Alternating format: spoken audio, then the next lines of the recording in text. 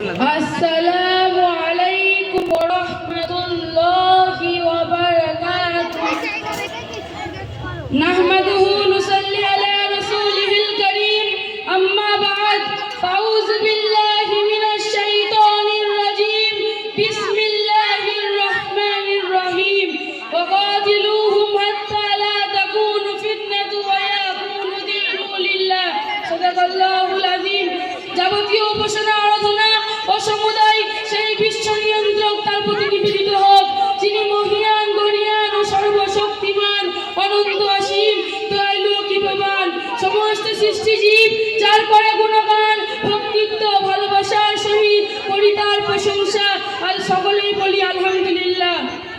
দরুদ ও সালাম সেই মহামানবের প্রতি, তার শানে আমরা সকলেই বলি সাল্লাল্লাহু আলাইহি ওয়াসাল্লাম, যিনি আগমন করেছেন বিশ্ববাসীর করুণ ভ্রান্ত পথিকের পথে দিশারি রূপে, জানার উপাধি আল আমিন, সাদিক, সত্যবাদী এবং আমানতদার। আলোচ্য বিষয় হলো ভারতবর্ষের স্বাধীনতা সংগ্রামে উলামাদের অবদান। কেননা আজ থেকে স্কুল, কলেজ, ইউনিভার্সিটির ছাত্র শিক্ষকদেরকে প্রশ্ন করা হয় যে এই ভারতবর্ষ স্বাধীনে তাদের অবদান রয়েছে, তো সকলেই বলে উঠবে বিনয় বাদল, দীনেশ ক্ষুদিরাম, সুভাষচন্দ্র বসু, মাতঙ্গিনী হাজরা। কোনো আলেম উলামার নাম শুনতে পাওয়া যাবে না। কেন মুসলমান ভাইয়ের নাম শুনতে পাওয়া যাবে না? তাই কিছু তথ্যভিত্তিক ইতিহাস থেকে আলোচনা করলে বুঝতে পারবেন যে এই ভারতবর্ষ স্বাধীনে তাদের অবদান সব থেকে বেশি রয়েছে। সুধী শ্রোতা মণ্ডলী, আমরা সকলেই জানি আজ থেকে 78 বছর পূর্বে এই ভারতবর্ষ ছিল অত্যাচারী জালেম ইংরেজ শাসকের অধীনে। ইস্ট ইন্ডিয়া কোম্পানির ইস্যু করে ব্যবসার অনুমতি নিয়ে ভারতবর্ষ ছিল। সেই কিন্তু তাদের উদ্দেশ্য ছিল ব্যবসায়, তাদের উদ্দেশ্য ছিল ভারতবর্ষের মাল, ধন, দৌলত, টাকা পয়সা শোষণ করে নিজের দেশে নিয়ে যাওয়া। সুতরাং তারা নিজের উদ্দেশ্যের দিকে অগ্রসর হতে লাগলো। কেমন ভাবে দেখুন, 1601 খ্রিস্টাব্দে ব্রিটিশ সম্রাট ব্যবসা করার অনুমতি নিয়েই ভারতবর্ষে এসেছিল। সেই সময় ভারতবর্ষের বাচ্চা ছিল সম্রাট জাহাঙ্গীর। বাচ্চা তাদের মনোভাব বুঝতে না পেরে বরং তাদের প্রতি সুধারণা রেখে প্রত্যেকটি ইংরেজদের হুকুমতে 500 বর্গ মিটার করে জমি এক একটি ইংরেজদের হুকুমতে ন্যস্ত করেছিলেন। কিন্তু বাচ্চা জানতেন না যে তারা বেঈমান, বিশ্বাসঘাতক, নেমে খারাপ। তারা ভারতবর্ষের মাল, ধন, দৌলত শোষণ করে নিজের দেশে নিয়ে যেতে থাকে। আর তারা এও ঘোষণা করলো যে ভারতবর্ষের মানুষরা জন্মগত হিসেবে ভারতীয় হলেও তারা আইন, কানুন, নিয়ম, নীতি, কৃষ্টি, কালচার হিসেবে ব্রিটিশ ও ভারতবর্ষের মানুষদের ধর্মীয় স্বাধীনতা দেওয়া হবে না।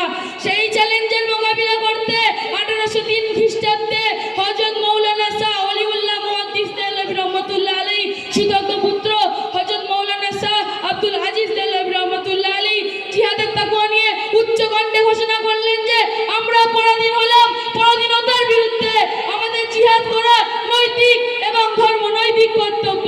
সুতরাং সাম্রাজ্যবাদী ব্রিটিশ প্রশাসনের বিরুদ্ধে যুদ্ধ শুরু হয়ে গেলে 1831 খ্রিস্টাব্দে পাঞ্জাবের বালাকোটে হযরত মৌলানা সৈয়দ আহমদ বেল্লভী রহমাতুল্লাহ আলাইহির নেতৃত্বে রক্তক্ষয়ী যুদ্ধ হয়। ওই যুদ্ধে হাজার হাজার আলেম উলামা এই দেশের জন্য প্রাণ বিসর্জন দিয়েছিলেন। শুধু তাই নয়, 1857 খ্রিস্টাব্দে হযরত মৌলানা হাজী ইমদাদুল্লাহ মুহাজির মক্কি রহমাতুল্লাহ আলাইহির নেতৃত্বে দারুল উলুম দেওবন্দের প্রতিষ্ঠাতা হযরত মৌলানা কাসিম নানভী রহমাতুল্লাহ আলাইহি, হযরত মৌলানা হাফিজ জামি রহমাতুল্লাহ আলাইহি প্রমুখ বুজুর্গ এই দেশের জন্য উত্তরপ্রদেশের সামরিন ময়দানে রক্তক্ষয়ী যুদ্ধ হয়। ওই যুদ্ধে 56,000 আলেম উলামা এই দেশের জন্য নিজের তরতাজা রক্ত ঢেলে দিয়ে এই দেশের জন্য লালে লাল করে এই মাটিকে দেখিয়ে দিয়েছিলেন। ইংরেজদের কাছ থেকে তোপ, কামান, অস্ত্র শস্ত্র ছিনিয়ে নিয়েছিলেন। তাই ইস্ট ইন্ডিয়া কোম্পানি ঘোষণা করে যে সমস্ত মুসলমানদের মাথায় টুপি, পরনে লম্বা জামা, মুখে দাড়ি, তাদের ধরে ফাঁসির দড়িতে ঝুলিয়ে দাও। সুতরাং কয়েক সপ্তাহ পর স্বাধীনতার পূর্বে 2 লক্ষ মুসলমান যাদের মাথায় টুপি, পরনে লম্বা জামা এবং মুখে দাড়ি, তাদের ধরে ফাঁসির দড়িতে ঝুলিয়েছিল। 1864 খ্রিস্টাব্দ থেকে 1867 খ্রিস্টাব্দ পর্যন্ত এইভাবে 14,000 আলেম উলামাকে ফাঁসির দড়িতে ঝুলিয়েছিল। মিস্টার টেমসেন তার জীবনীতে লেখেন যে দিল্লির চাঁদনি চৌক থেকে নিয়ে ফাইবার পর্যন্ত একটি সড়ক চলে গেছে। সেই সড়কের দুধারে বৃক্ষ ছিল না যে তাদের কোনো আলেম উলামাকে ফাঁসি দেওয়া হয়নি। তেমন দেখা গেল আর ভারতবর্ষে উলামায়ে কেরামদের সংখ্যা আর খুব বেশি নেই। অর্থাৎ স্বাধীনতার পূর্বে হযরত হোসেন আহমদ মাদানী রহমাতুল্লাহ আলাইহি এক ফতোয়া জারি করে যে ইংরেজদের অধীনে চাকরি করা এবং তাদেরকে সাহায্য করা হারাম। তারপর ব্রিটিশ সাম্রাজ্যবাদী প্রশাসকরা হযরত হোসেন আহমদ মাদানী রহমাতুল্লাহ আলাইহিকে গুলির অর্ডার করেছিলেন। কিছুদিন পর করাচিতে এক বিশাল প্রকাশ্য সমাবেশ ডাকা হয় ইংরেজদের বিরুদ্ধে। সেই সমাবেশে সমস্ত জাতি ধর্মের মানুষ, হিন্দু, মুসলিম, খ্রিস্টান, শিখ, ফরাসি, শিশু, যুবক, রাখাল, কৃষক, শত্রু, মিত্র, ধনী, গরিব, ফকির, দরবেশ, যোদ্ধা, সেনাপতি, মালিক, শ্রমিক, মোট কথা সমস্ত জাতি, ধর্ম, বর্ণ, গোত্র, লক্ষ্যের মানুষ এই সমাবেশে হয়েছিলেন। কিন্তু সকলে জানতেন যে এই সমাবেশে হযরত হোসেন আহমদ মাদানী রহমাতুল্লাহ আলাইহি আসবেন না, কেননা ওনাকে সাম্রাজ্যবাদী ব্রিটিশরা গুলির অর্ডার করেছেন।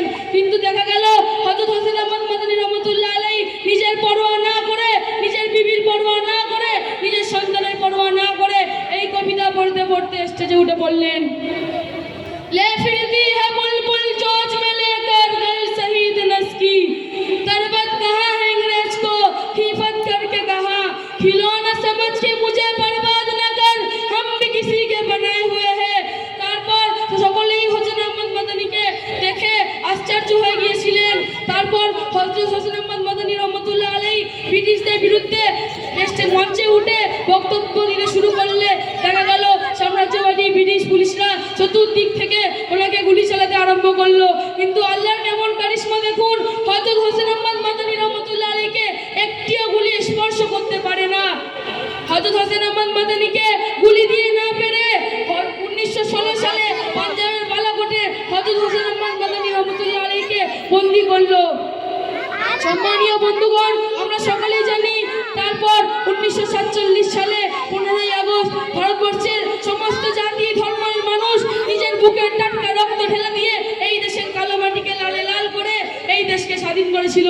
কিন্তু বড়ই দুঃখের পরিতাপের বিষয়, ছাড়া এই দেশের জন্য নিজের মাল, ধন, দৌলত, টাকা পয়সাকে বিসর্জন দিয়েছিল, নিজের বিবিকে বিধবা বানিয়েছিল, নিজের কচি কচি সন্তানদের এতিম বানিয়েছিল। আজ তাদেরই নাম ইতিহাসের পাতায় বিদ্যমান নেই। তাই আমি ওই সমস্ত ঐতিহাসিক বিক্রেতাগারীকে বলতে চাই যে তারা এই প্রকাশ্য ইতিহাস যতই চেপে রাখতে চায় না কেন, একদিন না একদিন এই দিন দিবালোকের নেই এই ইতিহাস প্রকাশ পাবেই পাবে ইনশাআল্লাহ। আর এও চ্যালেঞ্জ দিয়ে জানিয়ে দিচ্ছি যে যেমন ভাবে আলেম উলামারা এই পরাধীন ভারতকে স্বাধীন করার জন্য নিজের টাটকা রক্তকে ঢেলে দিয়ে ফাঁসির মঞ্চে হাসতে হাসতে উঠে নিজের জীবন দিয়েছিলেন, তেমনি যদি আজ কোনো জালেম শাসক এসে পড়ে আমরাও নিজের বুকের টাটকা রক্তকে ঢেলে দিয়ে পুনরায় ভারতবর্ষকে রক্তে রক্তাক্ত করে দেবো। তবুও আমি ওই সমস্ত জালেমদের প্রশ্রয় দিচ্ছি না, দেব না। তাই তো আমার কবি বলেন, রক্তের রাঙা ভারতবর্ষ আমাদেরই ভারত রে, রক্তে দিয়ে গড়বেছি মোরা ভারতবর্ষের স্বাধীনতাকে, ইতিহাসের পাতায় মোরা পেলাম না কোনো ঠাঁই, তারাই হলো সেনানায়ক যাদের কোনো গন্ধ নাই। যাহা খুশি তাহা করলি, হাতে আছে কলম তাই, তাই হাতে কলম পেলে বুঝিয়ে দেব সত্য ইতিহাস কারে কয়। ওয়া আখির দাওয়ানা আনিল হামদুলিল্লাহি রাব্বিল আলামিন। আসসালামু আলাইকুম ওয়া রাহমাতুল্লাহি ওয়া বারাকাতুহু। ওয়া আলাইকুম আসসালাম ওয়া রাহমাতুল্লাহি ওয়া বারাকাতুহু।